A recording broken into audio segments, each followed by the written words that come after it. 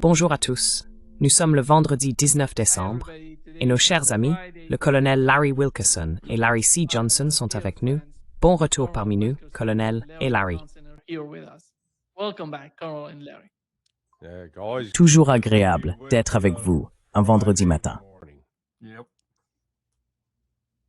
Oui, laissez-moi commencer avec vous, colonel. L'Union européenne essaie de tout faire en ce moment. Ils parlent d'envoyer plus d'argent à l'Ukraine. Ils évoquent l'idée d'accorder à l'Ukraine un prêt qui ne proviendrait pas des avoirs russes, mais qu'ils ne récupéreront pas tant que la Russie n'aura pas payé les réparations à l'Ukraine. Selon vous, quelle est la probabilité que cela se produise? Je ne vois pas la Russie payer l'Europe pour ce qu'elle verse à l'Ukraine.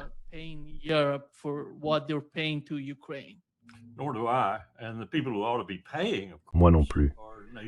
Et ceux qui devraient payer, bien sûr, ce sont les dirigeants de l'OTAN, et Washington en particulier, avec des poches vides. Mais nous agissons comme si nous n'avions pas les poches vides. Ce que j'entends, et qui est extrêmement préoccupant, c'est que des dirigeants comme Starmer, Macron et Merz, et surtout ce dernier, envisagent d'utiliser, et cela m'effraie vraiment en ce qui concerne l'Allemagne, je le pense sincèrement, ces 5% destinés à la défense, non seulement pour sauver des économies très faibles, voire en difficulté, notamment en Allemagne, mais aussi pour les revitaliser grâce aux dépenses militaires. Et le PDG de Rheinmetall l'autre jour a essentiellement déclaré avec un sourire réjoui « Je vais rattraper Lockheed Martin et Grumman ».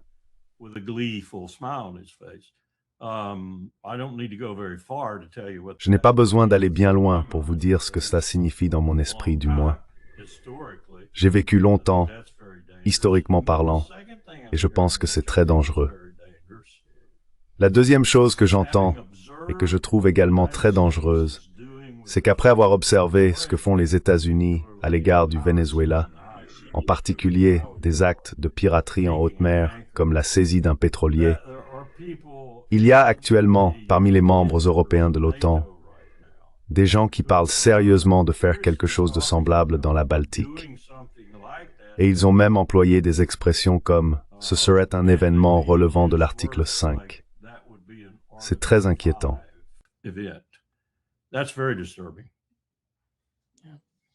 Larry, tu parles de l'Europe et de son comportement.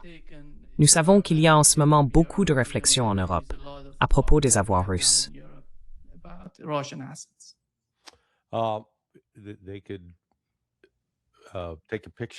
Ils pourraient les prendre en photo, les enregistrer, puis les publier dans une revue médicale comme une parfaite illustration de la folie à l'état pur.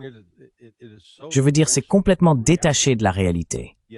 Et pourtant, dans leur délire, dans leur obsession de la Russie, cet ennemi qu'ils se sont inventé, ils sont littéralement en train de couler leur propre société. L'Allemagne, en particulier, est celle qui reste la plus incompréhensible. Ils détruisent leur industrie et les dirigeants européens insistent pour qu'ils payent plus cher le gaz et le pétrole au lieu de moins. Et regardez, c'est une chose de proférer ces menaces contre la Russie, et la Russie les prend au sérieux.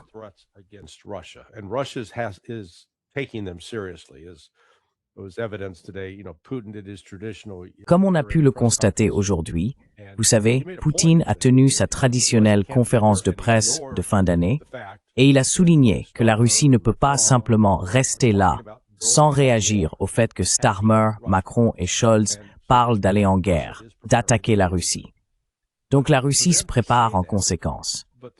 Mais le fait qu'ils disent cela sans avoir les infrastructures nécessaires, sans disposer de la base industrielle indispensable pour soutenir une guerre moderne, sans posséder l'armement avancé requis pour avoir la moindre chance de l'emporter contre la Russie, et en plus, sans aucune véritable cause.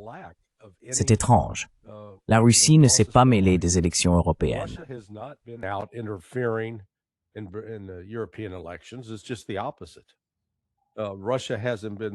C'est tout le contraire.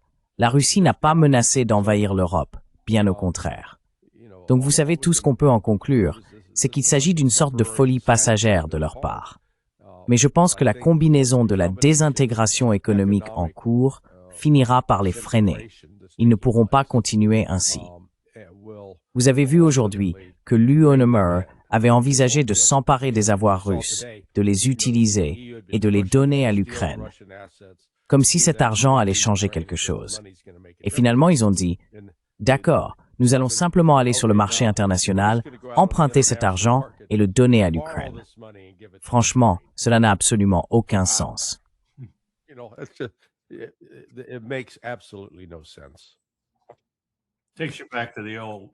Ça te ramène à cet ancien aphorisme que nous avons inventé l'autre jour. Je te l'ai rappelé. L'Amérique allait donner des armes qu'elle n'a pas aux Européens pour de l'argent qu'ils n'ont pas, aux Ukrainiens pour des soldats qu'ils n'ont pas. Tout est dit.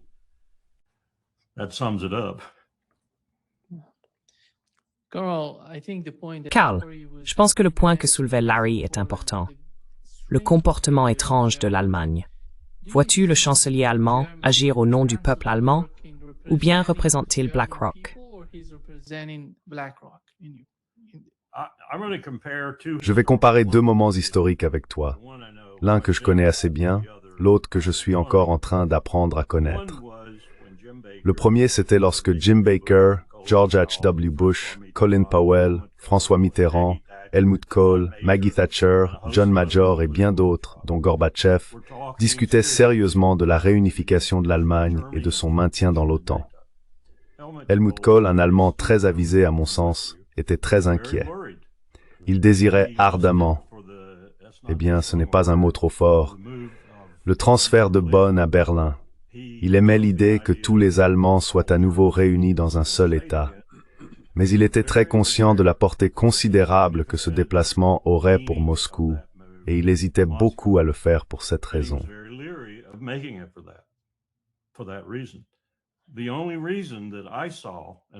La seule raison que j'ai vue, et je n'étais pas au courant de toutes les discussions, mais j'ai reçu des comptes rendus de Powell sur la plupart d'entre elles, c'est que lorsqu'il a compris que les États-Unis étaient sérieux, à ses yeux, sur le fait de ne pas avancer d'un pouce plus à l'Est avec l'alliance de l'OTAN, cela l'a pratiquement convaincu. Il avait aussi un problème avec les 80 milliards de dollars que ses propres conseillers américains lui disaient que cela coûterait. Et bien sûr, au final, cela a coûté le double. Mais c'était un Allemand très sérieux. Merz, lui, n'est pas un Allemand très sérieux. Merz est un mondialiste mercantile. C'est ce qu'il est. Et c'est pourquoi j'ai dit ce que j'ai dit à propos de Rheinmetall et de cette idée de reconstruire l'économie allemande sur le dos de l'industrie de la défense.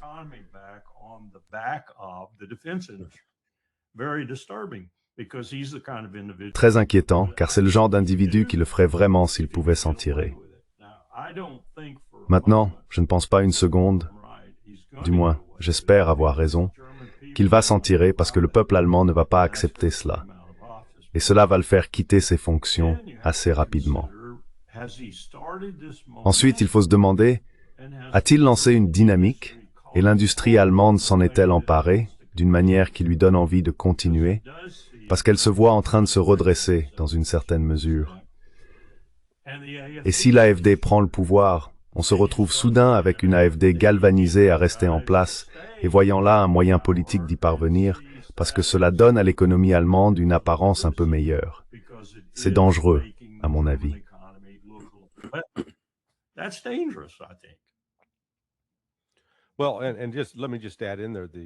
Eh bien, permettez-moi simplement d'ajouter que le véritable problème qui se manifeste en Allemagne et se répète au Royaume-Uni et en France est qu'il n'y a pas de parti majoritaire ni de dirigeants politiques majoritaires dans aucun de ces pays. Ce sont tous des coalitions minoritaires. Cela montre donc qu'il n'existe aucun consensus sur la marche à suivre. Et dans ces circonstances, c'est un peu comme si la personne qui crie le plus fort obtenait le plus d'attention. Cela ne veut pas dire qu'elle bénéficie du plus grand soutien, mais elle attire bel et bien le plus d'attention.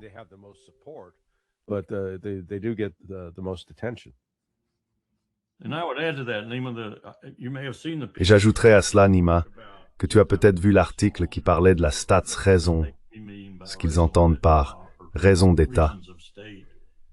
L'Allemagne est piégée dans cette sorte de Staatsräson en ce qui concerne la Shoah.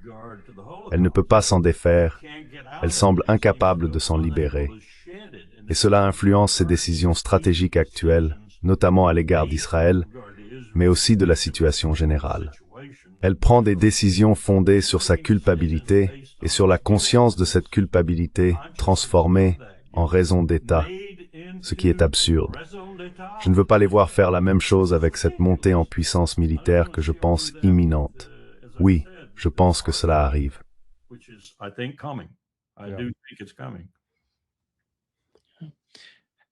Larry, voici ce que Keir Starmer a dit hier au peuple britannique.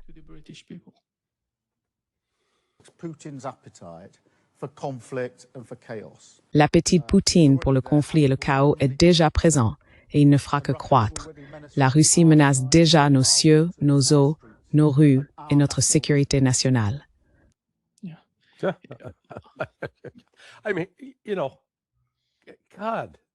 Oui, je veux dire, tu sais, mon Dieu, comment ce qu'il dit pourrait-il être vrai? Mais il le dit et il y croit. C'est ça qui est si choquant. Tu sais qu'a fait la Russie au niveau de la criminalité dans les rues du Royaume-Uni? En réalité, c'est Keir Starmer qui, en tant que procureur, a refusé de poursuivre les gangs de violeurs pakistanais qui violaient des femmes britanniques. Il me semble que c'est plutôt Keir Starmer qui représentait la plus grande menace pour le Royaume-Uni, pas Vladimir Poutine. Bon sang.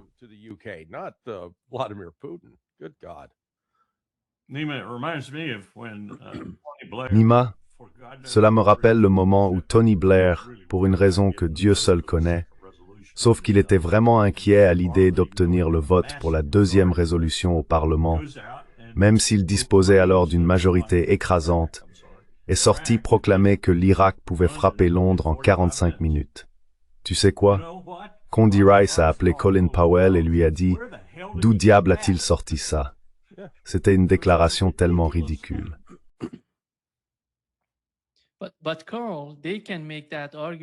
Mais Carl, ils peuvent avancer le même argument à propos de la Russie.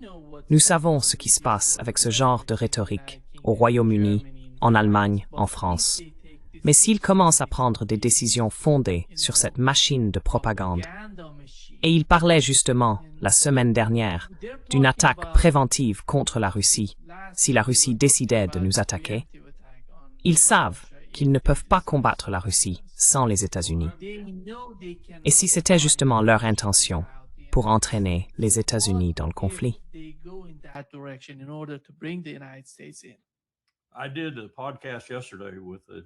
J'ai enregistré un podcast hier avec un homme qui me posait une question similaire. J'ai mentionné qu'à ce moment-là, j'avais entendu une rumeur assez sérieuse selon laquelle certaines personnes parlaient d'un incident relevant de l'article 5 qui obligerait les États-Unis à s'engager et évidemment pousserait les autres membres de l'OTAN à se rallier si cela se produisait. C'est le genre de choses que je trouve extrêmement inquiétant, car comme Larry l'a souligné, ils sont loin d'être prêts pour cela. Ils comptent sur le grand pays pour être prêts, mais j'ai une nouvelle pour eux. Ils n'ont pas beaucoup vérifié leurs armes. Les États-Unis ne sont absolument pas prêts à affronter une telle situation, sous aucune forme, surtout pas face à une armée aguerrie, soutenue par une base industrielle renaissante et très performante en Russie. Comme l'a dit Larry, c'est de la folie.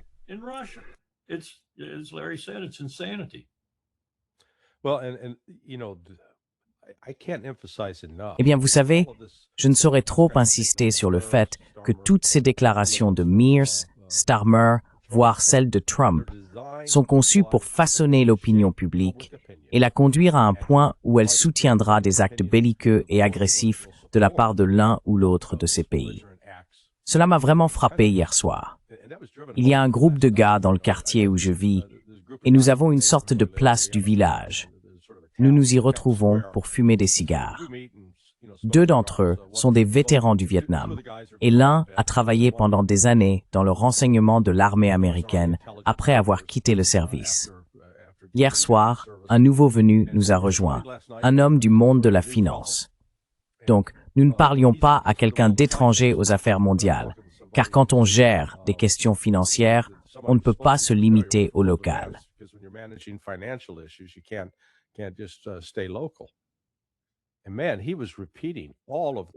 Et mec, il répétait tous les arguments habituels sur la Russie, soi-disant un État communiste, une économie en train de s'effondrer. Et je suis resté là, et j'ai dit, c'est n'importe quoi, tu répètes de la propagande. Tu vois, il faut que j'apprenne à rester plus calme dans ce genre de situation. Mais enfin, ce n'est pas un idiot. Ça m'a juste rappelé à quel point la propagande est efficace pour présenter la Russie comme une menace inquiétante. Parce que ce type disait, oui, la Russie s'ingère dans tous ces autres pays. Et j'ai dit stop, où ça? Alors il commence à hésiter, à essayer de dire où. Et quand tu commences à souligner quelques faits gênants sur l'expansion de l'OTAN vers l'Est, en fait je lui ai demandé, est-ce que ça te conviendrait si la Chine et la Russie formaient une alliance militaire avec le Mexique et commençaient à mener des exercices militaires annuels? Il répond, absolument pas. J'ai dit, parfait. Alors tu comprends le point de vue de la Russie? Non, c'est différent, dit-il. C'est toujours différent pour eux. Voilà ce à quoi nous sommes confrontés. Et Larry a raison à propos de la propagande. Elle est partout. Quand je parlais de l'Allemagne et de la Staatsräson, eh bien, une grande partie de notre raison d'État, de notre raison d'exister en ce moment, c'est la russophobie. Elle est présente dans tout le pays. Vous allez au Texas, vous allez en Californie, vous parlez aux gens, et comme l'a dit Larry, ils ne savent pas de quoi ils parlent, mais ils savent qu'ils n'aiment pas la Russie. Ils savent que la Russie interfère dans les élections de tout le monde, et ils savent que Poutine est un vaurien. Ils pensent qu'il est assis au sommet d'un royaume imaginaire qui s'effondrera d'un instant à l'autre. Oui. C'est stupéfiant de voir combien d'Américains croient cela. Des Américains influents, des chefs d'entreprise, des financiers, qui y croient, pour une raison ou une autre.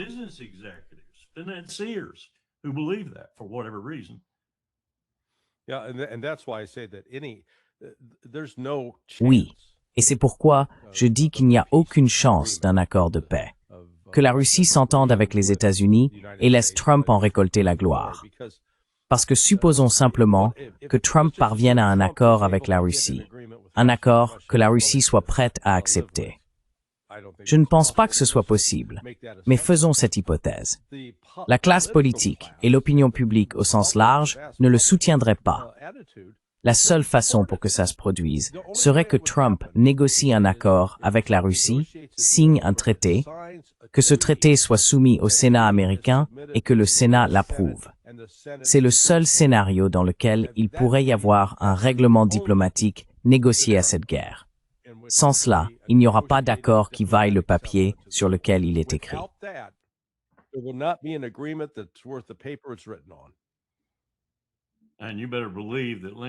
Et vous feriez bien de croire que Lindsey Graham se mettrait sur la pointe des pieds, qu'il ferait un discours fleuve et qu'il ferait tout ce qu'il pourrait pour empêcher que cela arrive. Il faut une majorité des 2/3. Donc oui, il y a beaucoup d'argent en jeu pour lui. Oui. Et je crains aussi pour d'autres. Oui, nous aussi.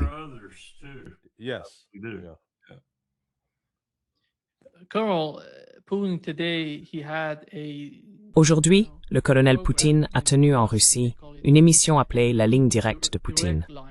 Il y a parlé avec des citoyens russes, a répondu à des questions, a recueilli l'opinion publique, bref, il a communiqué avec le peuple russe. Et il a déclaré que l'Ukraine n'était pas prête pour la paix. Cela rejoint, d'une certaine manière, ce que Larry vient de dire.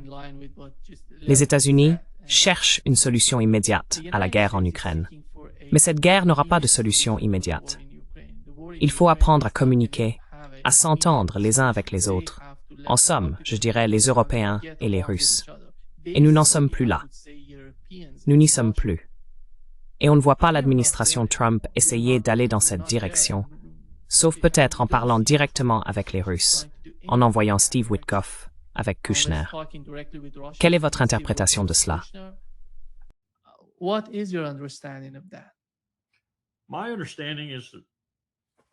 D'après ce que je comprends, Witkoff, Kushner et d'autres représentent les souhaits de Trump. Et ces souhaits, c'est l'argent.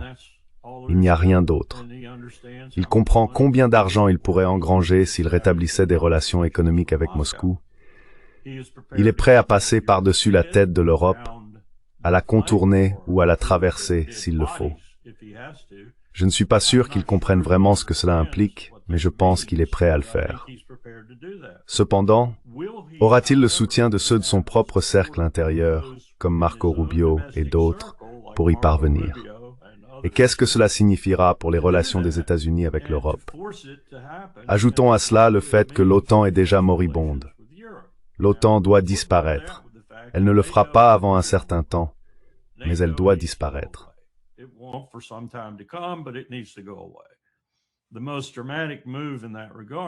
Le geste le plus spectaculaire à cet égard serait qu'Erdogan mette réellement à exécution l'une de ses remarques improvisées et détache le flanc sud, rendant soudainement l'OTAN véritablement moribonde, je veux dire instantanément.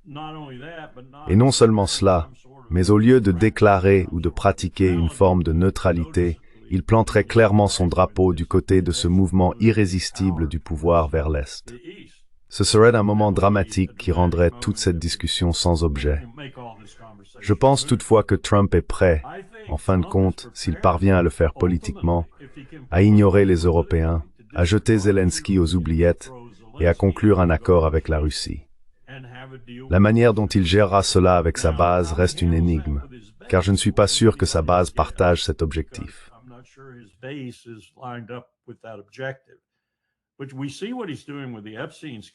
Mais nous voyons ce qu'il fait avec le scandale Epstein. C'est en partie ce dont il s'agit avec le Venezuela. Le scandale empire de jour en jour. Et le Venezuela, c'est une sorte de manœuvre de diversion, peu importe comment on appelle ça. C'est la même chose que ce que Bill Clinton a fait avec la Serbie quand il était impliqué avec Monica Lewinsky. Et je pense qu'une partie du problème, c'est qu'il regarde les sondages dans des États comme l'Alabama, l'Indiana, et même lui, dans son état quelque peu délirant actuel, se rend compte que sa coalition est corrompue, qu'elle s'effondre. On pourrait dire que l'assassinat de Kirk en a été le point de départ spectaculaire, mais maintenant, c'est pour d'autres raisons. Il s'agit de la question du coût de la vie.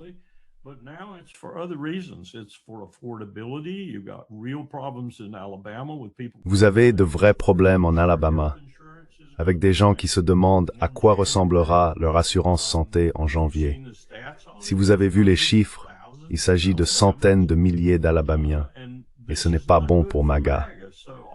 Toute cette politique intérieure fait désormais partie intégrante de la politique étrangère et de la prise de décision en matière de sécurité, souvent de manière négative. Et avec cette administration, il faut souligner le mot « négative ». Je ne sais pas où cela va mener. Je ne suis pas sûr que Trump le sache non plus vraiment. Et c'est inquiétant.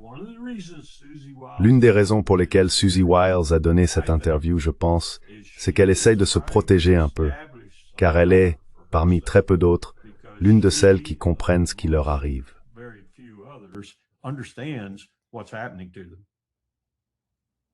Oui, Larry, qu'en penses-tu? Eh bien, j'ajouterais que je pense en réalité que Susie Wiles fait partie du problème. Et je n'excuse pas, vous savez, le comportement insensé de Trump. Mais elle reconnaît qu'elle faisait partie de celles qui bloquaient la publication des dossiers Epstein et qu'elle a aussi aidé Trump à tenir certaines de ses promesses concernant la poursuite des responsables du Russiagate. Ainsi, le chaos qui est actuellement évident au sein de l'administration Trump ne fera qu'empirer. Et malheureusement, Trump, il n'a tout simplement pas la capacité de prendre des décisions en matière de personnel dans le cadre d'une stratégie plus large visant à faire progresser son administration.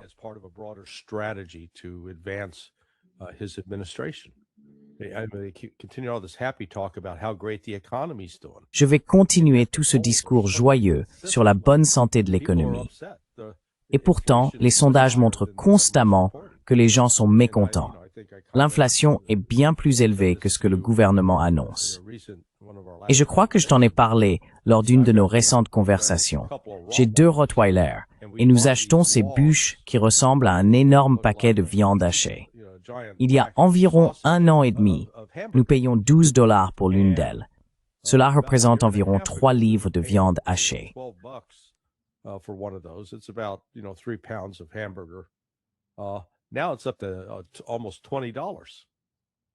Maintenant, c'est presque $20. Ce prix est passé de $16 à $20 en seulement 6 mois. Il y a donc de vrais problèmes économiques ici, aux États-Unis. Et à la place, on a Trump avec ses absurdités délirantes du genre « Oh, tout va bien. C'est la meilleure période de tous les temps. » Quand on a un dirigeant aussi déconnecté de la réalité, soutenu par une bande de flatteurs zélés, eh bien, il faut admettre que ce n'est pas propre à Trump. On a vu la même chose avec Obama et avec Bush. Mais Trump a porté cela à un nouveau niveau, persuadé qu'il peut faire tout ce qu'il veut, sans aucune opposition.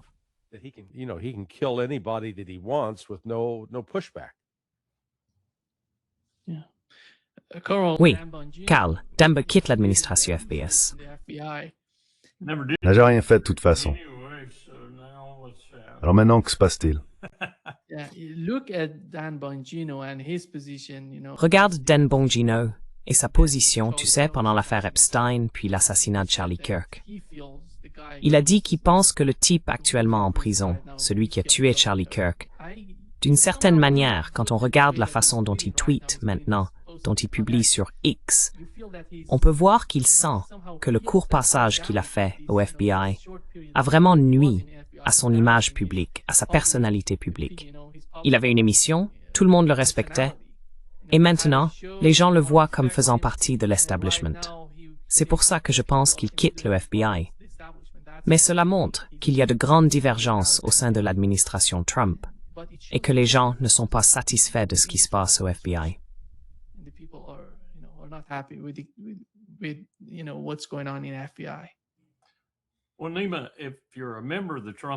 Eh bien, Nima, si tu fais partie de l'administration Trump et que tu as une certaine importance, c'est-à-dire au niveau du cabinet, du sous-cabinet ou dans une agence très exposée, par exemple, on n'en parle pas beaucoup, mais la foresterie, la pêche et d'autres secteurs causent des dommages irréparables au Nord-Ouest Pacifique. Si tu fais partie de ces gens-là, ton avenir se résume à devenir podcasteur pour les restes du mouvement MAGA. C'est tout ce qu'il te reste comme avenir. Qui voudrait de ces gens-là? Qui voudrait de Scott Peston? Qui voudrait de Kristi Noem? Qui voudrait de Marco Rubio? Qui voudrait de J.D. Vance?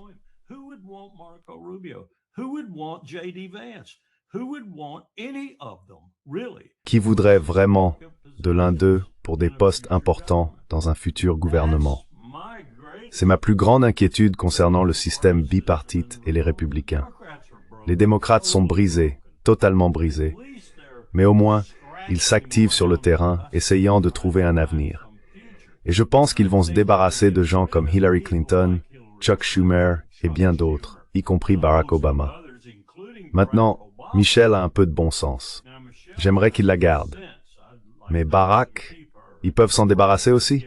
Bill Clinton, qui s'en débarrasse immédiatement, il pourrait survivre. Mais comment le Parti républicain va-t-il survivre à Donald Trump?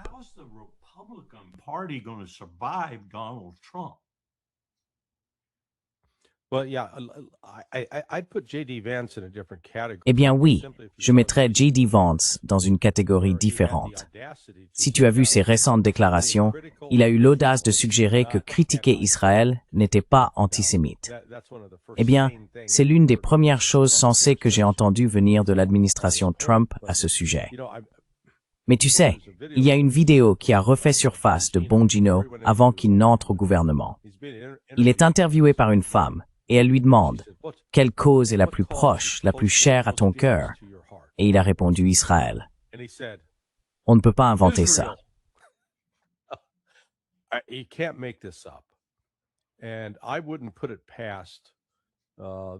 Je ne serais pas surpris qu'il démissionne pour retourner dans le monde des podcasts et peut-être qu'il touchera $7 000 par épisode de la part du gouvernement israélien pour tenter de contrer le sentiment anti-israélien grandissant chez les moins de 40 ans.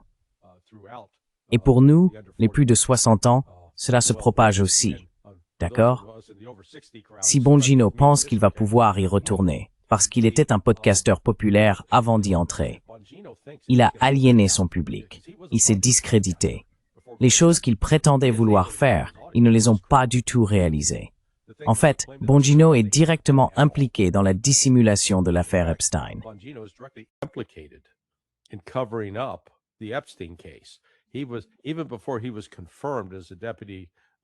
Même avant d'être confirmé comme directeur adjoint du FBI, il aidait déjà à modifier les informations en noircissant certains passages.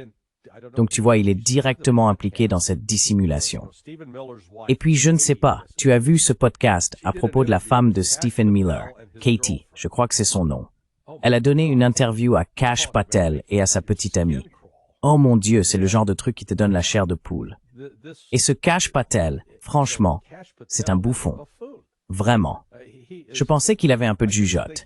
Il avait été avocat au GSOC et c'était l'homme de confiance de Devin Nunes pour enquêter sur le Russiagate. Mais bon sang, son jugement est tout simplement consternant.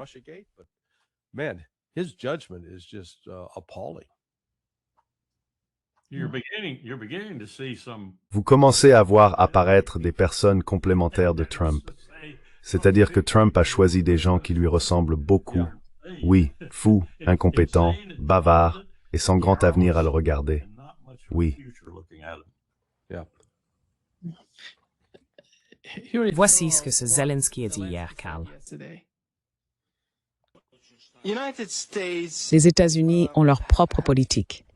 Ils ne nous considèrent pas comme une priorité pour le moment. Tout dans nos vies est temporaire, pour l'instant. Peut-être que cette position changera à l'avenir.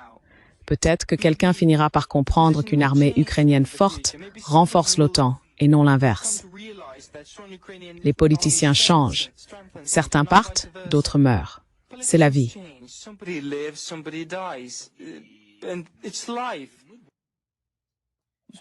Quelqu'un vit et quelqu'un meurt. C'est presque comme sa propre déclaration prophétique.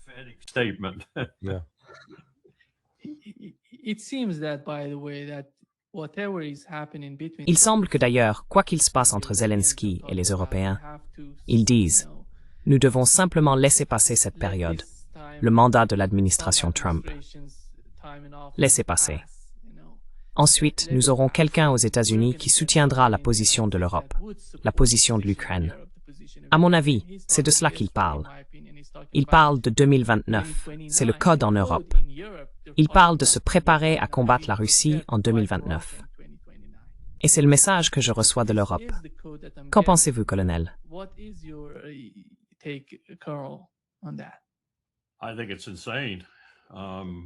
Je trouve ça insensé. D'abord, je pense pas que tu tiendras aussi longtemps, donc à ce niveau-là, au revoir, Zé. Et ensuite, je ne pense pas que les Européens, comme Larry l'a souligné, il a tout à fait raison, ces gens vont disparaître. Merck, Starmer, Macron, ils vont tous partir. Je ne serais pas surpris de voir Rutte partir avant la fin de tout ça. Je ne serais pas surpris non plus de voir de vrais changements parmi les officiers supérieurs à Bruxelles, et je ne serais pas surpris de voir une orientation militaire ou une prédisposition, peu importe, vers d'autres politiques que celles actuellement menées, parce qu'ils ne sont pas totalement stupides, certains d'entre eux du moins.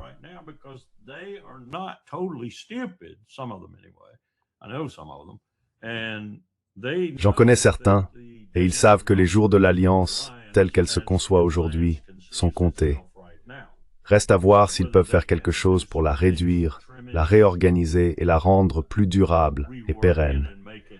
Peut-être en la transformant en ce qu'elle devrait être, une identité européenne de sécurité, éventuellement sans le lien transatlantique, hormis peut-être le parapluie nucléaire. Aller jusqu'à se débarrasser des armes nucléaires en France et au Royaume-Uni serait un geste très positif. Cela libérerait l'OTAN pour qu'elle devienne véritablement une identité européenne de sécurité. Cela suppose bien sûr que l'Union européenne, entité bancale qu'elle est, survive.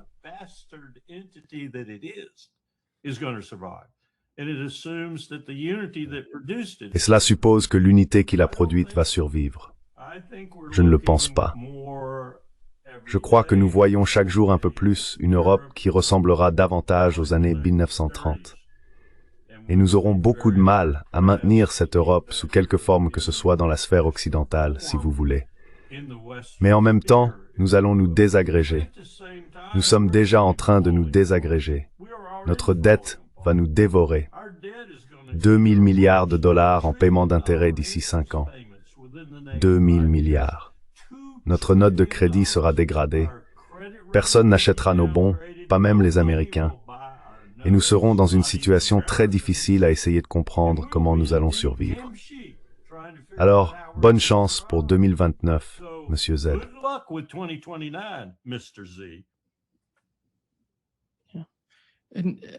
Larry, si c'est bien le cas, comment penses-tu que Donald Trump communique cela? La réalité de ce que le colonel vient de nous dire, est-ce que quelque chose de ce genre est communiqué entre les États-Unis et les Européens?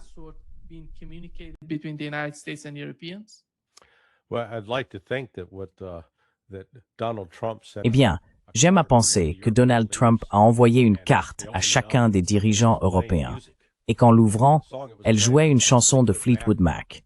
En gros, pour dire « suivez votre propre voie », d'accord?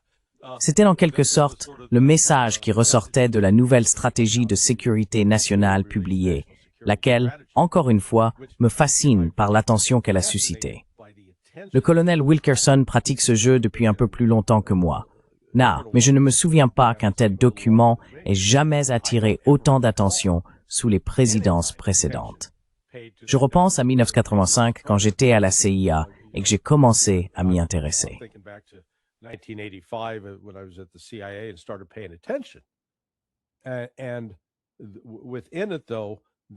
Et à travers cela, le message transmis à l'Europe était essentiellement « Vous n'êtes plus vraiment si important pour nous et vous avez vos propres problèmes à résoudre ».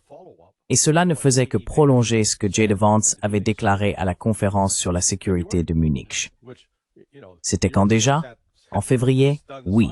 Les Européens sont restés là, stupéfaits, tandis qu'ils se faisaient verbalement fustiger par J.D. Vance. Donc, l'idée qu'il existe une sorte de lien commun entre nous et l'Europe, et auparavant, c'était surtout avec le Royaume-Uni. Eh bien, si l'on remonte à la Seconde Guerre mondiale, la réalité est que des personnes d'au moins 13 pays européens ont combattu aux côtés des nazis contre les soviétiques.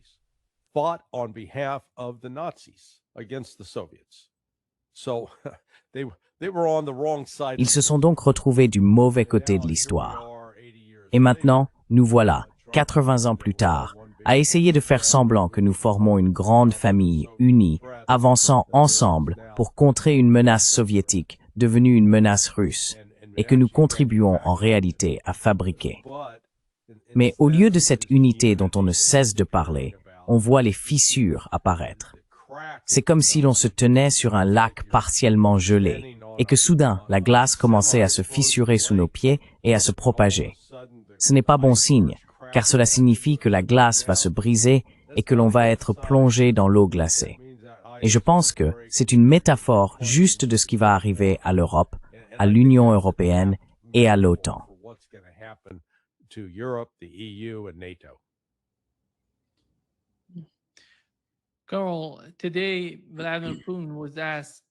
Colonel, aujourd'hui, on a demandé à Vladimir Poutine ce qu'il pensait du comportement de l'administration Trump et de Donald Trump lui-même. D'un côté, ils ont essayé de négocier avec la Russie. De l'autre, ils imposent de nombreuses sanctions à la Russie. Et nous savons qu'il y a environ 12 heures, 8 tonnes supplémentaires de matériel militaire ont été transportées par le Pentagone à bord d'un Boeing commercial depuis la base aérienne de Dover jusqu'en Pologne pour soutenir les forces armées ukrainiennes. Ce ne sont pas des signes positifs pour les Russes.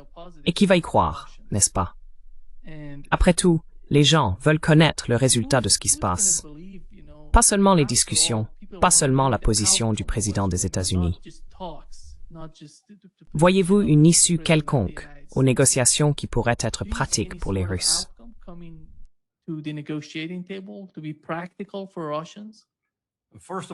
Tout d'abord, cabrer 8 tonnes de matériel militaire, c'est minuscule, ce n'est rien. Bien sûr, tout dépend de ce que c'est. C'est ATA, colonel. 80 tonnes. 80, c'est encore minuscule. À moins qu'il ne s'agisse de Tomahawks, d'attaques MS ou de quelque chose de ce genre, ce dont je doute fortement. car nous n'en avons déjà pas assez nous-mêmes. Et nous voilà au Venezuela, prêts à en découdre. Non, ce n'est pas beaucoup de matériel, et je doute fort que cela puisse se retrouver dans une position où cela ferait la moindre différence sur le champ de bataille. Donc je ne suis ni pour ni contre, tu vois. C'est une tentative minuscule de soutenir l'Ukraine. Et à moins de mettre l'armée turque en première ligne et de la renforcer avec toutes les autres armées des pays membres de l'OTAN, y compris les forces terrestres des États-Unis, on ne changera rien à la situation en Ukraine. Si on fait cela et qu'on y déploie autant de troupes, on ne fera que prolonger le conflit. Voilà à quel point le rapport de force, comme disaient les Soviétiques, est désastreux. Pour notre camp, si l'on peut dire, même si ce n'est de moins en moins celui des États-Unis. Dieu merci.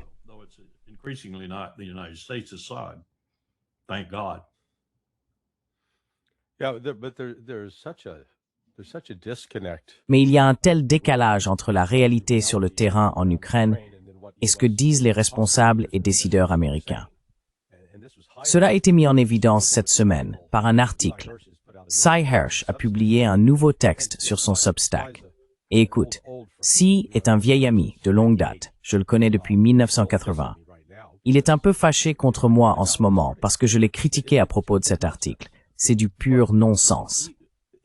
Mais ce n'est pas Cy qui inventait ces absurdités. Ce qui était inquiétant dans cet article, c'est que Cy a de bonnes sources, et il parlait à des responsables de l'administration Trump impliqués dans les négociations. Les choses insensées qu'il disait, je ne pouvais qu'en conclure que c'est ce qu'ils entendent de la CIA. Bref, laisse-moi juste retrouver ça un instant.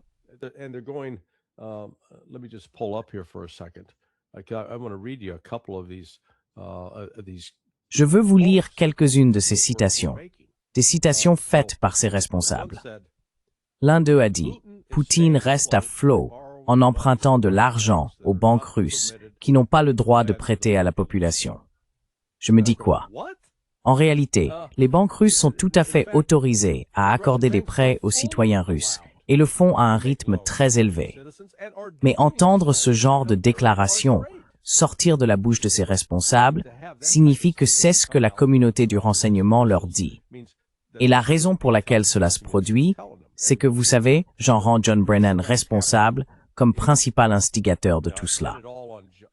Lorsque Brennan était directeur de la CIA sous Obama, en 2015, il a mis en place ce qu'on appelle des centres de mission.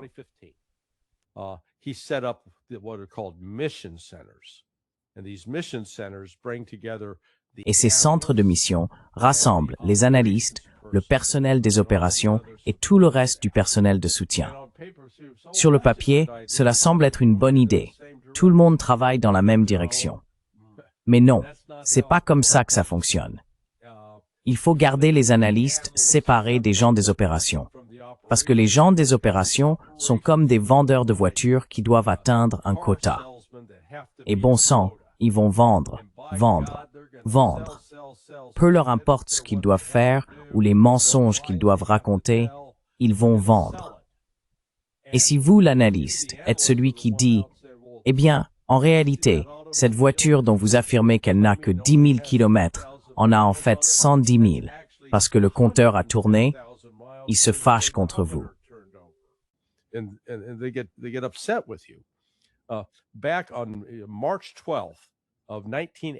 Le 12 mars 1988, j'étais à Capitol Hill pour informer un groupe de membres du Congrès, accompagné de l'analyste militaire de la branche du Nicaragua.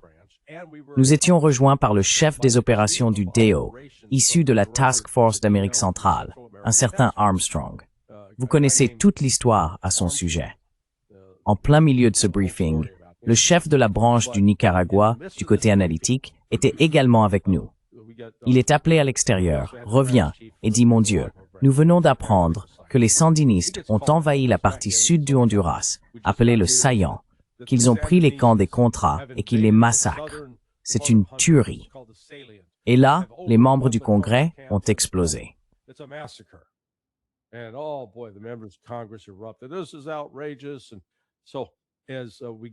C'est scandaleux. Alors que nous nous levions pour retourner au siège de la CIA, ce chef militaire de la Task Force d'Amérique centrale s'est mis à me réprimander, ainsi que les analystes militaires nicaraguayens, en disant que nous avions sapé l'effort des Contras parce que notre analyse n'était pas favorable. Eh bien, une fois de retour au siège, j'ai dit « Très bien, montrez-moi le renseignement réel ». Et c'était une interception de la NSA rapportant qu'une patrouille des Contras avait eu un accrochage à environ 15 km de leur base avec une patrouille sandiniste. Une histoire un peu différente. Avant, on nous disait que c'était comme l'Alamo, avec les sandinistes jouant le rôle des Mexicains, franchissant les murs et écrasant les Contras. C'était tout sauf ça.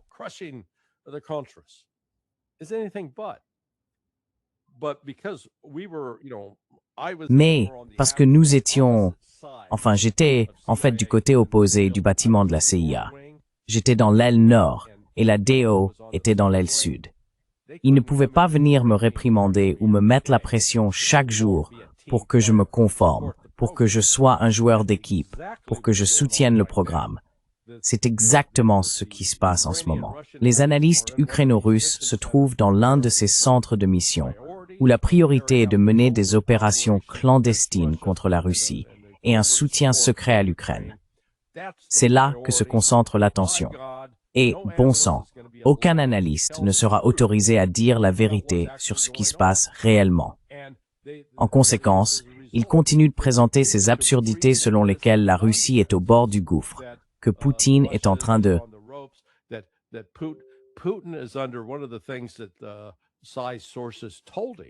L'une des choses que les sources de CI lui ont dites, c'est que Poutine fait face à une opposition politique, économique et militaire croissante à Moscou, et que l'armée russe est, je cite, en grave désordre. Et j'ai écrit à CI, je lui ai dit si, j'ai eu des conversations avec plus de 40 responsables russes différents, des dirigeants politiques, des chefs de parti, des hommes d'affaires, du personnel militaire. J'ai dit tout ça c'est n'importe quoi. Rien de tout cela n'est vrai. Il n'a pas aimé l'entendre, mais vous savez, c'est regrettable. Mais c'est un exemple des mensonges racontés par la communauté du renseignement, qui s'enracinent si profondément dans la conscience publique que nous finissons par élaborer des politiques fondées sur des mensonges.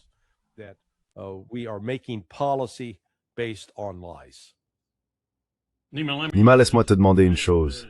Tout ce que Larry vient de dire, est-ce que cela aurait été Fulton Armstrong? Eh bien, oui. Fulton était en fait mon prédécesseur en tant qu'analyste pour le Honduras, et il a été mon premier mentor lors de ma première année sur ce dossier.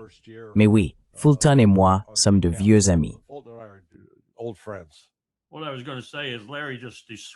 Ce que j'allais dire, c'est que Larry vient de décrire presque mot pour mot, chapitre et verset, heure par heure, ce qu'ils ont fait à Colin Powell en préparant la présentation du 5 février 2003 à l'ONU. Ils ont mélangé les opérations et les analystes et l'ont fait du début à la fin. Et on pouvait le voir se produire, malheureusement. Je n'ai pas été autorisé à emmener Tom Finger, ni même Carl Ford avec moi à l'agence, parce que mon supérieur pensait savoir ce qu'il pensait et n'avait pas besoin d'eux, et se croyait assez puissant pour empêcher ce genre de choses de se produire. Il a découvert qu'il ne l'était pas. Et je n'avais aucun professionnel du renseignement avec moi pour contester ce qui se passait sous mes yeux. Mais j'avais suffisamment utilisé le renseignement au cours des 40 dernières années pour comprendre un peu ce que Larry voulait dire sur ce qui se passait. Et apparemment, rien n'a changé. Oui, en fait, c'est même devenu pire. Oui.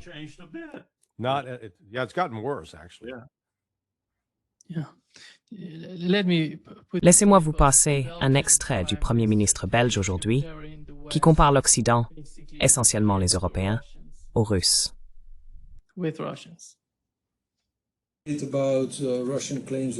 Il s'agit de revendications russes devant les tribunaux russes. Elles ne seront pas exécutoires dans l'Union européenne. C'est un point sur lequel nous sommes très clairs, car la Russie n'est pas un État de droit. S'ils veulent saisir des actifs en Russie, ils le feront probablement, et ils peuvent engager de nombreux procès. C'est une forme d'intimidation. Ils disposent de nombreuses formes d'intimidation.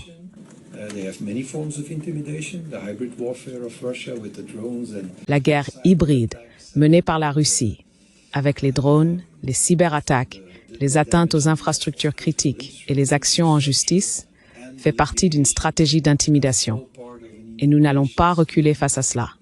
Dans mon esprit, cela ne joue aucun rôle et je ne leur accorde pas beaucoup de chance contre Euroclear, car Euroclear reste strictement conforme au droit international.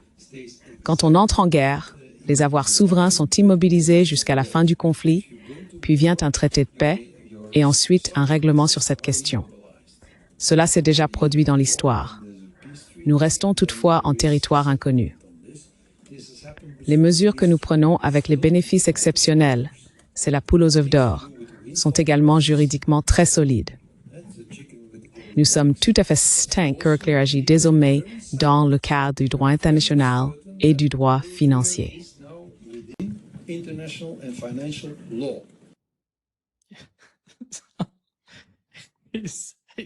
C'est incroyable, tu sais. Comme si tout ce qu'il faisait reposait sur le droit international, alors que ce que fait la Russie y est totalement contraire.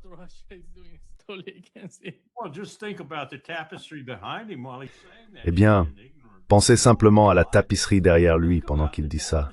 C'est un ignorant ou quoi? Pensez à la tapisserie derrière lui. Nous sommes en train de détruire, en fait je pense que nous avons déjà détruit, le droit international, dont il ne restait que des vestiges dans le monde. Nous l'avons détruit. Regardez ce que nous faisons dans les Caraïbes. Regardez ce qu'Israël fait au Levant. Il n'y a plus de droit international. Nous venons encore de sanctionner les procureurs de la CPI en doublant les sanctions. Qui a détruit le droit international, monsieur l'Européen? Oui, oui.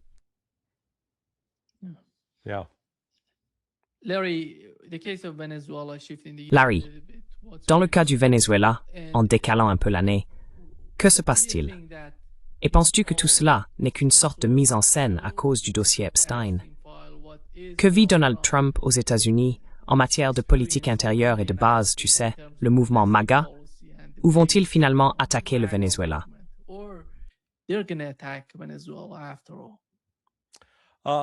Ils pourraient finir par attaquer. Mais encore une fois, comme l'a dit Tucker, Larry, désolé de t'interrompre. Tucker a dit qu'ils allaient attaquer. Ils tenaient cela de certaines personnes. Oui, eh bien, oui. Mais il a entendu que Trump allait annoncer cela mercredi soir. Maintenant, Trump est censé faire une autre annonce aujourd'hui à 1h. Mais prenons un peu de recul et demandons-nous, nous allons utiliser la force contre le Venezuela pour accomplir quoi? C'est la question essentielle. Le simple fait de pouvoir frapper quelqu'un ne signifie pas qu'on atteindra un objectif particulier. Il y a des limites à la puissance des États-Unis. Les États-Unis n'ont en réalité que 2 grandes options. Enfin, 3. Première option, utiliser la puissance aérienne pour bombarder, entre guillemets, des sites stratégiques à travers le Venezuela. Cela les mettra à genoux? Eh bien, nous savons que ce n'est pas vrai. Nous l'avons vu pendant la Seconde Guerre mondiale. Cela n'a pas fonctionné.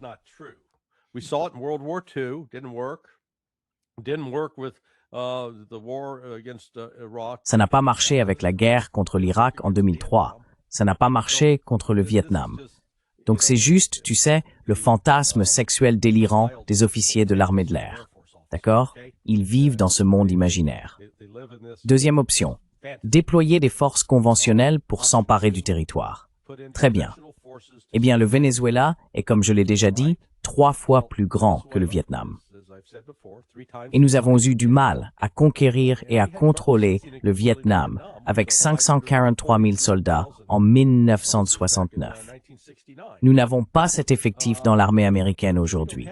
Je veux dire, même si nous rassemblions chaque personne disponible sur la planète, nous n'atteindrions pas plus de 470 000.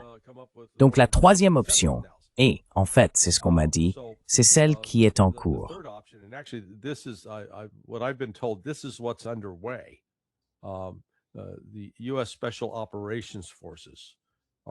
Les forces d'opération spéciales américaines tentent de mener un certain nombre d'attaques, d'actes de sabotage et d'autres activités à l'intérieur du Venezuela. Enfin, j'ai eu la chance d'être encadré par 2 anciens colonels aguerris, l'un, colonel des marines, et l'autre, colonel de l'armée, qui, selon les rumeurs, aurait même glissé des blagues dans tout un manuel sur les opérations conjointes, la planification, et ainsi de suite. Tous deux insistaient sur les limites des forces d'opération spéciales. Elles sont efficaces pour sauver des personnes. Elles savent le faire. Elles peuvent mener un raid précis, mais elles ne peuvent pas entrer et tenir un territoire. Elles ne sécurisent pas une zone. Elles ne peuvent pas accomplir les types de missions qui relèvent des forces armées conventionnelles.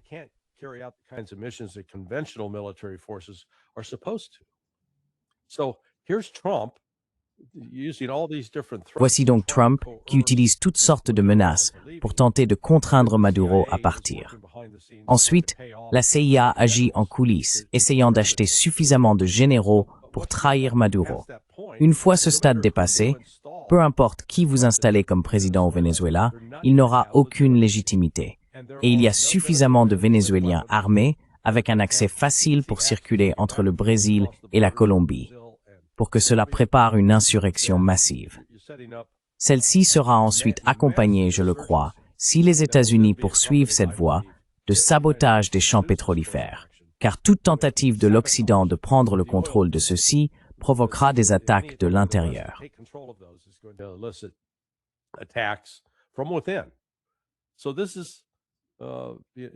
Donc, tout cela est peut-être une diversion. En réalité, je pense que l'intention véritable est d'essayer de limiter le pouvoir de la Chine et son influence au Venezuela. Mais encore une fois, cela ne fonctionnera pas, car nous avons déjà révélé la faiblesse des États-Unis. Oui, nous pouvons déployer de grands navires. Oui, nous pouvons faire voler quelques avions. Nous avons l'air puissants, mais les Houthis ont mis en évidence notre faiblesse. Et la technologie des missiles a changé la donne. Là où nous avions autrefois la domination, ce n'est plus le cas aujourd'hui.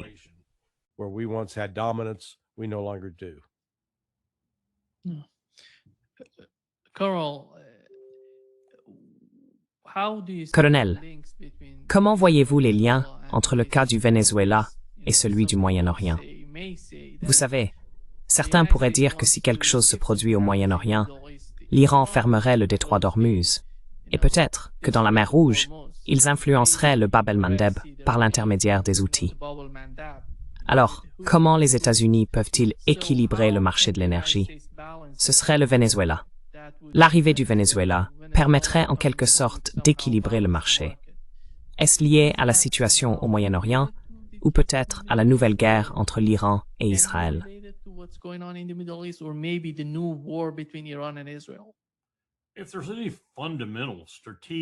S'il y a un intérêt stratégique fondamental derrière les actions de Trump et de son administration concernant le Venezuela, je dois supposer qu'il s'agit des 300 milliards de barils de pétrole et de tout ce que cela implique. Contrecarrer les tentatives d'autres pays de libeller les ventes mondiales de pétrole dans des devises autres que le dollar, ce qui serait catastrophique pour nous, ou simplement vouloir ce pétrole parce que le Venezuela en possède et que, comme Trump l'a dit, c'est notre pétrole. Peu importe vraiment quelles sont les raisons.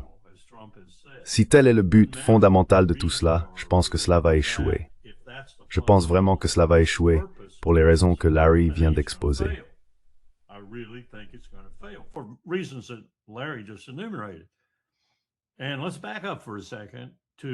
Et revenons un instant en arrière, en 1992, je crois, lorsque H.W. Bush demanda à Dick Cheney de faire venir Colin Powell, informé par l'état-major interarmé, au bureau ovale.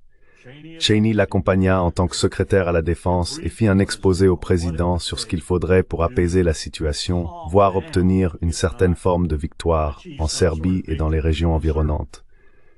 Powell s'y rendit après un examen approfondi, analyse du terrain et tout le reste, en lien avec l'état-major interarmé qui, soit dit en passant, était devenu, grâce à la loi Goldwater-Nichols, le meilleur état-major général au monde. Je le comparais à l'état-major allemand juste avant et au début de la Seconde Guerre mondiale. C'était net, précis.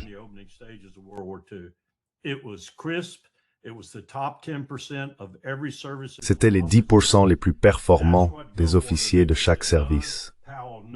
C'est ce que la loi Goldwater-Nichols avait accompli. Powell le savait. Il a utilisé cet état-major, il l'a utilisé comme il fallait. Il est allé voir le président Bush et lui a dit « 500 000 soldats pour commencer ». Quoi, l'UNPROFOR n'en avait que 40 000 sur le terrain. 500 000 soldats, Monsieur le Président, et il en faudra peut-être encore plus. Nous devrions donc en avoir un autre quart de million en réserve, prêt à partir. C'est ce que montre l'analyse du terrain. C'est ce que montre la ténacité de l'opposition. C'est ce qu'il nous faut pour sortir victorieux, d'une manière ou d'une autre. Inutile de dire que le président a répondu « Merci, Monsieur le Président du Comité ». Retournez au Pentagone et cessez la planification. Eh bien, nous n'avons pas cessé de planifier. On ne fait jamais ça. Mais ça vous dit tout.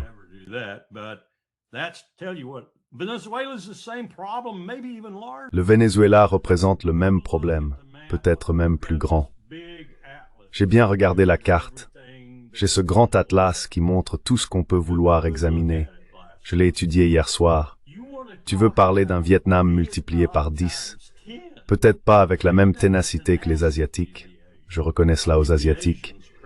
Ce sont de bien meilleurs soldats que la plupart des gens de l'hémisphère occidental, quel que soit le pays, y compris le nôtre. Ce sont vraiment des soldats remarquables. Ils sont pas toujours très habiles en stratégie, sauf quand on monte jusqu'au Japon et qu'on aborde les choses à ce niveau-là, et là on trouve une stratégie assez fine. Mais à un niveau plus bas, tu les combats jusqu'à la mort. Je veux dire, jusqu'à la mort. Vêtus de kaki, portant l'étoile rouge, qu'il s'agisse de l'ANV ou du Viet Cong d'ailleurs.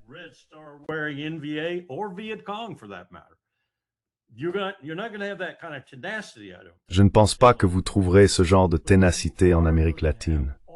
Mais vous allez rencontrer tous les autres problèmes et un certain degré de ténacité. Donc vous allez perdre. Vous allez perdre dans chacun des scénarios que Larry vient de vous exposer, qui sont probablement les seuls 3 qui comptent vraiment, et les seuls 3 que le Pentagone a examinés. Vous allez perdre. Alors pourquoi feriez-vous cela? C'est ma question fondamentale. Pourquoi feriez-vous cela?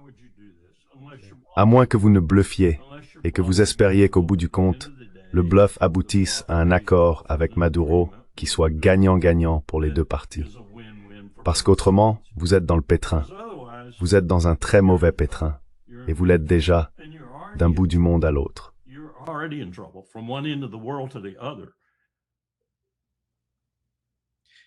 Larry, penses-tu que si les mercenaires passent dans la clandestinité, ils devront affronter des mercenaires venus d'autres pays d'Amérique latine?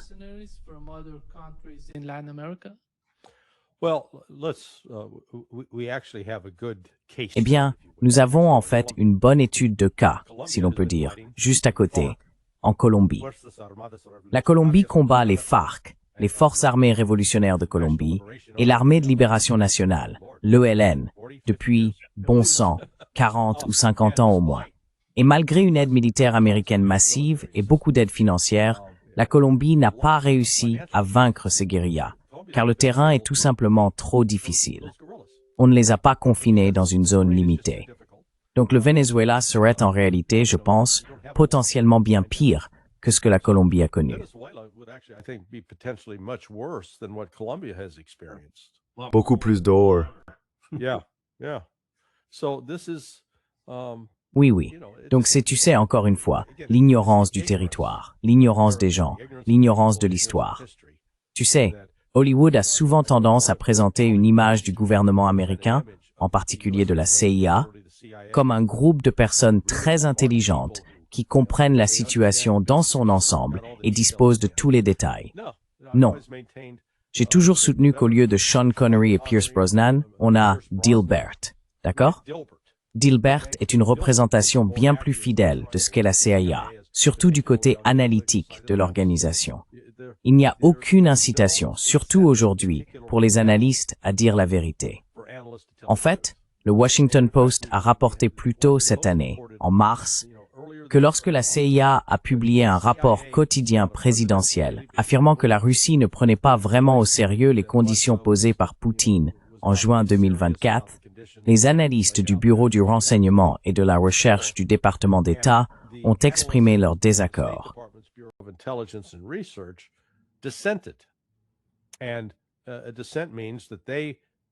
Un désaccord signifie qu'ils n'ont pas pu parvenir à un arrangement ou à un compromis. Alors la CIA a publié « Voici ce que nous pensons » et les analystes du département d'État ont obtenu le droit d'exprimer une opinion distincte en disant « Eh bien, en gros, nous ne sommes pas d'accord et voici pourquoi ». Cela est parvenu à Trump et Trump s'est fâché. D'une manière ou d'une autre, l'information est revenue à l'INR et ils ont renvoyé ces analystes. Voilà, c'est la réalité. Beaucoup de ces personnes qui travaillent comme analystes ne sont pas riches de manière indépendante. Ils ont des obligations, peut-être 1 ou 2 prêts immobiliers, et personne ne veut risquer de perdre son emploi et de devoir retourner sur le marché du travail. Parce que, vous savez, travailler à la CIA, c'est plutôt bien payé. Quand on prend en compte ces éléments humains, la vérité devient un élément facilement sacrifiable. Colonel, les médias israéliens ont rapporté que... Voulez-vous ajouter quelque chose, colonel? Je veux juste dire que pendant tout le temps où Larry parlait, je pensais à quel point nous avons parcouru du chemin depuis ce moment-là. J'aimerais pouvoir me souvenir des dates, mais ma mémoire me joue des tours ces temps-ci.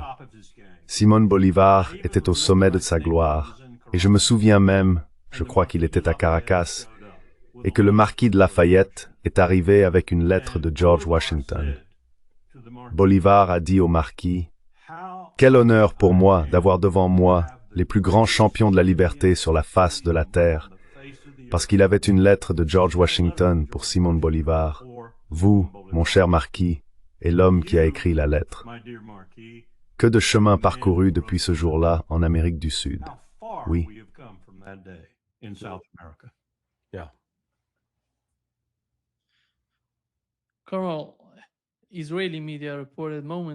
Colonel, les médias israéliens ont rapporté il y a quelques instants qu'un haut responsable israélien leur a déclaré qu'une nouvelle guerre au Liban était très probable. Vous savez, on voit même Israël s'en prendre à Tom Barak, qui est pourtant favorable à Israël. Que se passe-t-il? Et y a-t-il une sorte de différence, un fossé qui se creuse entre l'administration Trump et les Israéliens?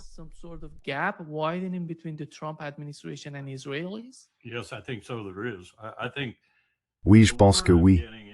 D'après ce que j'entends, nous l'avons sérieusement mis en garde contre l'élargissement du conflit au Liban, et il a complètement ignoré cet avertissement.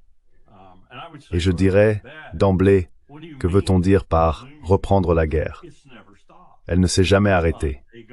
Pas un jour ne passe sans qu'il ne tue quelqu'un au Liban, ne dépossède quelqu'un de ses biens ou autre chose du genre.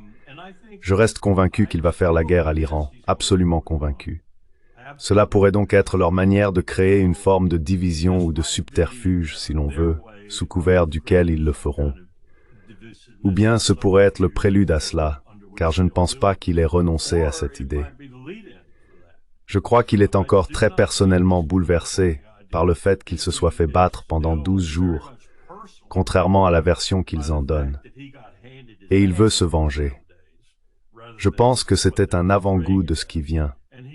Ce discours qu'il a prononcé à propos de l'eau.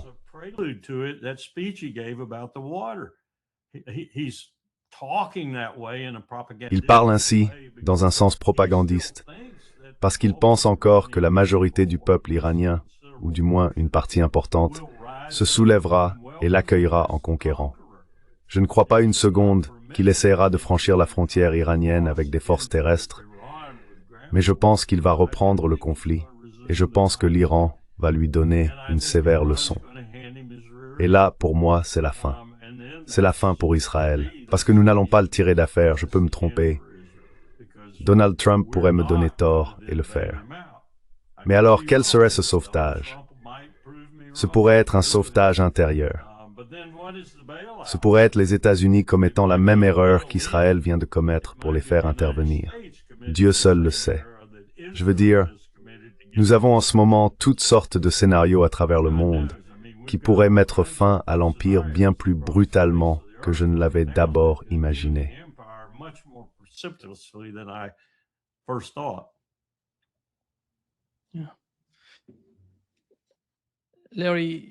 Oui, Larry, ressens-tu la même chose? Ou penses-tu que Trump apprendrait ou a déjà appris de ce qui s'est passé? Attends. Oui, répète ça encore. Trump a fait quoi? Tu dis que Trump a appris? Non. Tu connais un autre Donald Trump que moi? Tu sais, il n'y a pas d'apprentissage. Il est trop occupé à écrire de nouvelles inscriptions sous les portraits des présidents à la Maison-Blanche. Oh mon Dieu.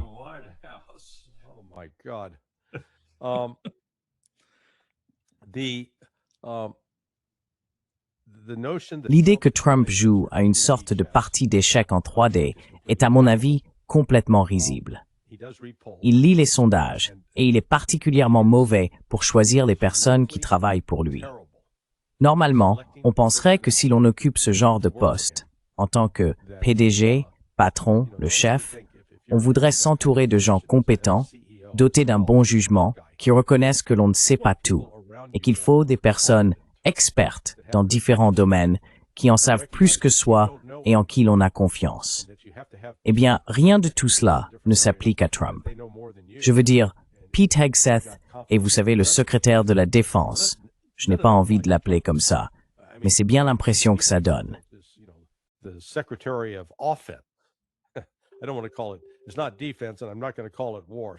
Ce n'est pas de la défense, et je ne vais pas appeler ça une guerre. Donc il est simplement offensif, d'accord? C'est le secrétaire de l'esprit guerrier. Mais il n'a pas vraiment d'expérience solide, et il n'a pas fait preuve d'un bon jugement, même dans sa vie personnelle. Il faut quelqu'un capable d'expliquer, d'un point de vue militaire, ce qui est possible ou non si l'on veut recourir à la force armée. Trump n'a aucune profondeur en matière de droit. Et donc il voit les choses comme, comme l'Américain moyen lisant un roman de Tom Clancy. C'est normal de tuer les méchants, tu sais. C'est normal de les torturer pour obtenir. Tu vois, comme dans la série télévisée 24 heures chrono, où presque à chaque épisode, il torture quelqu'un pour obtenir les informations nécessaires afin de sauver des vies.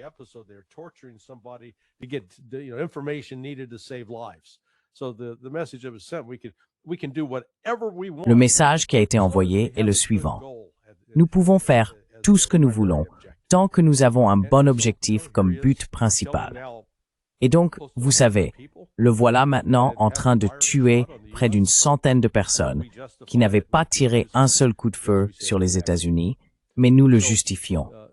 Nous l'excusons parce que nous disons que ce sont de mauvaises personnes. Alors, Trump est, en ce moment, en particulier en ce qui concerne le Venezuela, Israël, l'Iran et la Russie, en train de répandre beaucoup de paille sèche qui pourrait facilement s'enflammer, et il n'a pas de plan de lutte contre l'incendie en tête.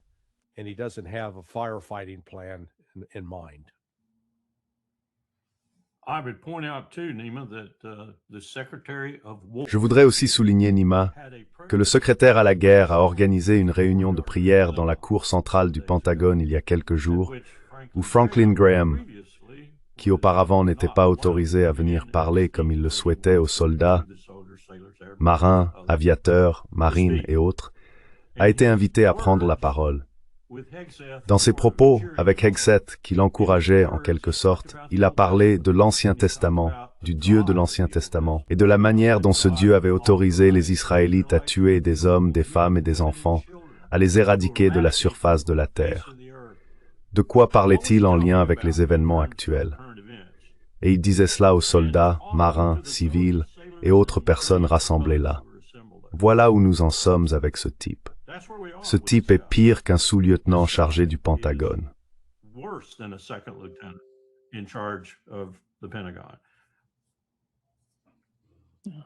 Oui. Je pense que nous allons conclure que le deuxième mandat de Donald Trump, Trump 2.0, est tout simplement le même que Trump 1.0. Pire. Oui, je suis d'accord avec Larry, c'est pire. Pire. Oui. Au moins, il y avait des freins et contrepoids, comme Madison, le Pentagone et certains chefs d'état-major, 4 ou 5 qu'il a fait passer. Mais au moins il y avait des gens, peut-être que je n'aimais pas leur philosophie, mais au moins ils avaient un peu de bon sens. Aucun de ces gens-là n'en a.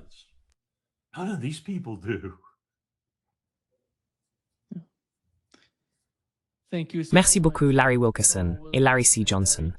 Un grand plaisir. Oui, on commence le week-end des gens sur une note déprimante. J'ai oublié de le dire, Larry, dans ce podcast. J'ai oublié de mentionner que tu as tout renversé avec ta chaise. Regarde, c'est mon t-shirt du Père Noël. Tu vois le Père Noël? Oh, magnifique. Il fallait bien sortir un peu de l'esprit de Noël. Tu devrais être sur une plage avec une cerveza à la main. Ouais. Je bois un Mété. Oui, un Mété serait mieux. Très bien, merci beaucoup. À bientôt. Prends soin de toi. Au revoir.